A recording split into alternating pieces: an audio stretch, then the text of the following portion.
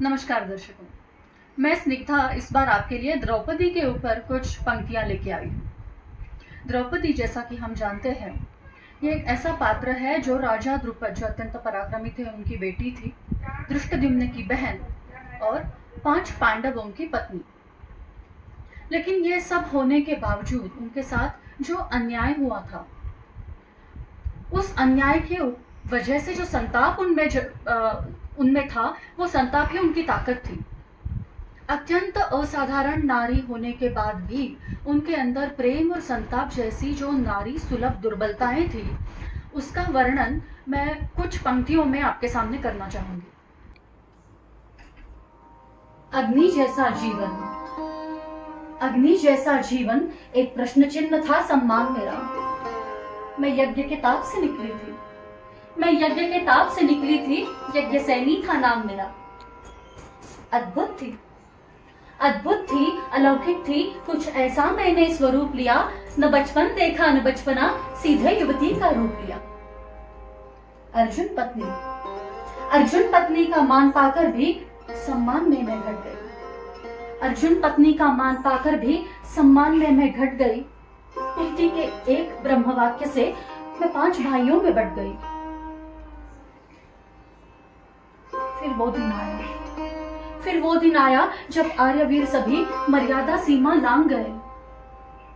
अधर्म में उलझे धर्मराज, अधर्म में उलझ गए धर्मराज, द्यूत में धर्म पत्नी को हार गए। घनघोर लज्जित उस सभा में फिर अन्याय का समावेश हुआ, जब दुशासन को मेरे चीरहरण का आदेश हुआ। यही है अंत का अंतिम क्षण, क्या यही है अंत का अंतिम क्षण? सारी धरा थी सोच रही, रथी महारथी सबसे फिर मैं बस यही प्रश्न थी पूछ रही। अंतिम विश्वास के जो क्षण थे बचे, अंतिम विश्वास के जो क्षण थे बचे, सारे रेत की तरह ढह गए। क्यों मैं विवश क्षमा करना, जब पितामह भी यह कह गए।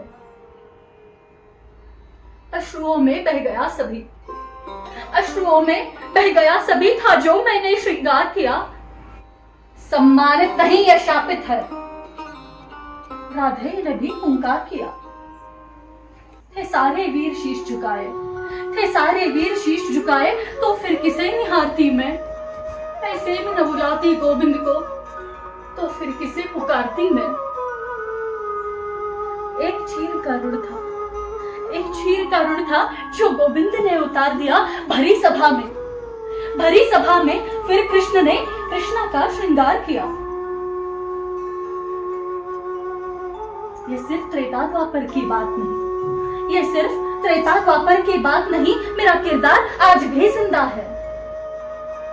द्रौपदी आज भी शोषित सी, द्रौपदी आज भी शोषित सी, पांडव उसके शर्मिंदा है।